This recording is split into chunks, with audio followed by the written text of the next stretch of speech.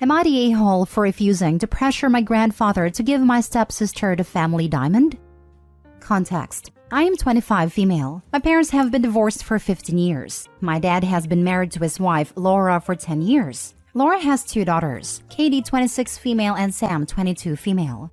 My dad is very close to Katie and Sam and considers them to be daughters to him. The grandfather I'm referring to is my dad's father. My grandfather has a diamond that belonged to my great-grandmother, and it's something of a family miracle, since my grandfather managed to find it after World War II. Unfortunately, he lost his mother and sister in the war, so he saved the diamond to be for the next woman in the family, to be set into an engagement ring. Now, my grandfather has a thing about blood and family. Namely, if you're not blood, you can be family, but you're not in the family. And I'm pretty sure this is somewhat related to his trauma, but it might be a generational thing. Because of this distinction, his aunts were not allowed to use the diamond for their wives' rings, because then the diamond would belong to the wife and the wife is not blood. I am his only biological granddaughter, so it was always presumed that the diamond would go to me. I got engaged last year and I didn't end up using the diamond for the ring. The diamond was not a color or the cut of the style I wanted, and my grandfather knew that. He offered to have the diamond recut, but I begged him not to because it is very valuable, and I know how much it means to him. So, he agreed that when I get married, he will set it into a necklace to be worn on my wedding day instead. Now, Katie is going to get engaged soon, and my dad is likely to be asked to walk her down the aisle. Laura asked my grandfather to give her the diamond for Katie's ring, since she is basically my father's daughter. My grandfather said, and I quote, "Not even over my dead body," and that the diamond will stay in the family. That said, Laura, my dad, and Katie are now extremely upset.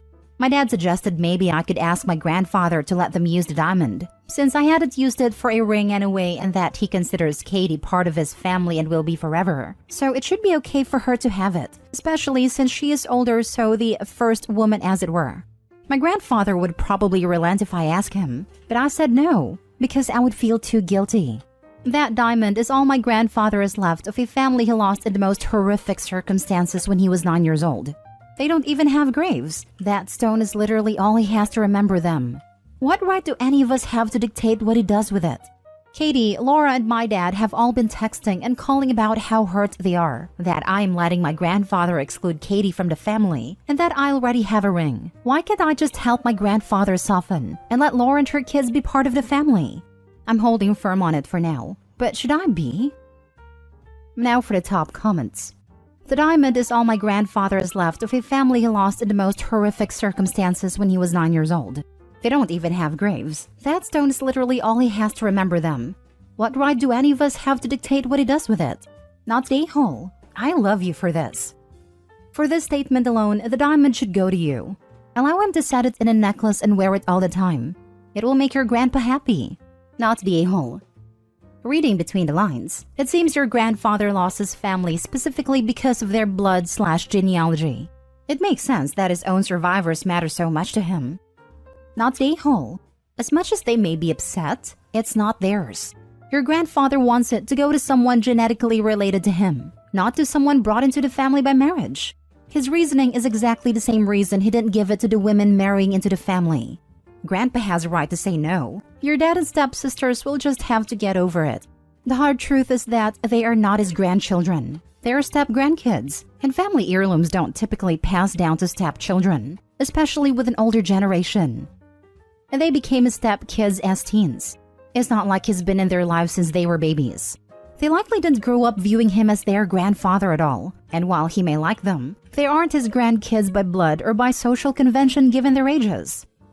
Even if the kids had been adopted at birth, it wouldn't matter. They still wouldn't be blood relatives. Opie's the only one entitled to that diamond, as she's the only one genetically related to the grandfather. Opie's not the a-hole. Next story. Am I the a-hole for not bringing a cake to a wedding I was uninvited from? My now ex-best friend got married this Saturday. I was supposed to be the maid of honor, but she removed me from the wedding over a dispute regarding my makeup, hair, and disinterest in the wedding. She uninvited me from the wedding after I told friends my side of the story. I was responsible for the cake at the wedding but canceled the order because I was uninvited and wanted to be reimbursed for all of my investments in this wedding. I told the bride I wasn't going to bring the cake over for them, The new maid of honor went to pick up the cake and learned that I had canceled the order. They were able to get another cake, but it apparently wasn't as nice. The bride, groom, and my sister who attended told me it was unfair to cancel the cake. My sister thinks I should have let them enjoy their special day, and then later discussed getting my money back. The bride refers to the cake as a gift and claims that a gift cannot be returned. The groom just agrees with literally anything his precious wife says. More info, please. What was the dispute? Why did she accuse you of being disinterested in the wedding? What actually happened here? I work at a job where I'm expected to drop everything and come in at work. She was upset because I was leaving during wedding planning meetings, and I also requested to style my hair differently and she got upset. You don't disinvite someone from a wedding and still expect a gift. Not the whole. I guess you could say the bride wanted to have her cake and eat it too. Yep, and there is no way that the bride would have settled up after the wedding. She would have stuck to the "this was your gift" line. Not the whole. So they uninvite you from the wedding but believe they were still entitled to the cake you had paid for? They're all ridiculous if they think that is normal. Completely agree. Also messed up that your sister is saying you're unfair. Should be upset too if she were uninvited and still expected to gift a cake. Not the a-hole. Not the a-hole. First, I've never heard of a maid of honor being responsible for the wedding cake. Was that an agreement in lieu of a gift or something? When I was getting married, I was way excited about the excuse for cake. I don't think I would have let someone else make those arrangements. You said you told them you weren't bringing the cake over. Did you mention that was because the order was canceled, or just that you weren't transporting the cake? It's weird that she didn't clarify on this point when she uninvited you. Sounds like they want to have their cake and eat it too, without you around. She was stressed, so I offered to help with some things. I booked the cake under my name and still had a different gift for them. After getting uninvited, I told her, don't expect me to supply you with a cake. So I did not exactly say I canceled your cake. Next story. Am I the a-hole for inserting myself into a married couple's financial life? I'm friends with a married couple, Grace and Michael. Grace and I went out to drink a few days ago, just the two of us. We talked a bit about inflation and finances, and she confessed to me that she barely has any money, and it makes her feel really vulnerable. Turns out, they mostly live off of her income, and Michael, who makes over 2.5 times as much as Grace, puts almost all of his income into savings. He also asks Grace to transfer any of her bonuses or extra money into that savings account. The problem is that Grace has no access to that account. She told me she asked for it in the past, but Michael just said she already has access to their shared checking account. That is strictly for their monthly expenses, so it's fine. Grace told me that she feels like she should have access to that account too, or at least have a little extra in her own personal account. So if anything happens to Michael, she doesn't have to wait months to access the money. She told this to Michael too, but he dismissed her and said nothing will happen to him. I told Grace that this is really not okay, and she should demand access to that account. It's her money too, and it's not right that only Michael has access to it. I was very strong about this, and made her promise that she will make Michael give access to her. She seemed very relieved that I agree with her, and find her concerns more than reasonable.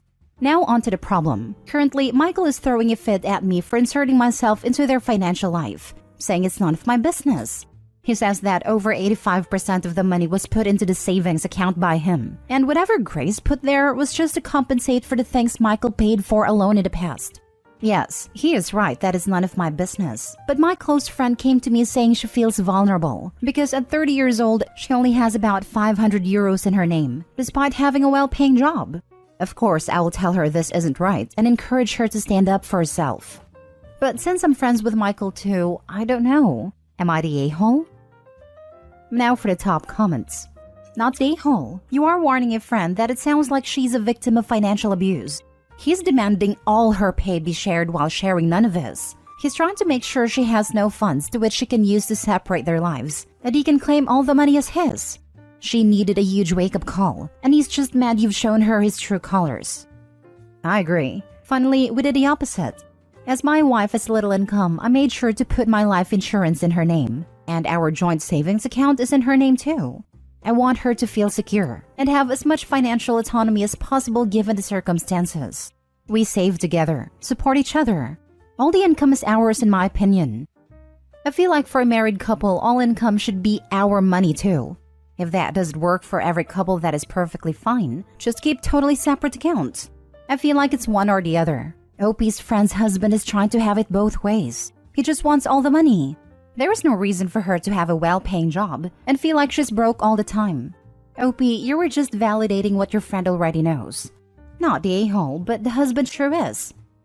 Not the a-hole, and your friend is being financially mistreated by Michael, who is a total a-hole. Grace needs her own savings account to put her extra money into. This is not a marriage. Why does Michael think he deserves exclusive access to the extra money? If this is the way it's going to be, they should just keep separate finances for everything. It's an all-or-none situation. This sounds like one of those situations where the wife finds out her husband has a secret family or something.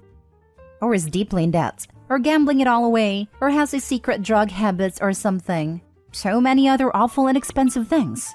She doesn't have access to the account because he is lying to her about what the account is for, and likely how much money is in it.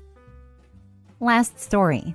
Am I the a-hole for doing a background check on my boyfriend? My boyfriend and I have been dating for 3 months. Even though it's early days, I really thought he was the one.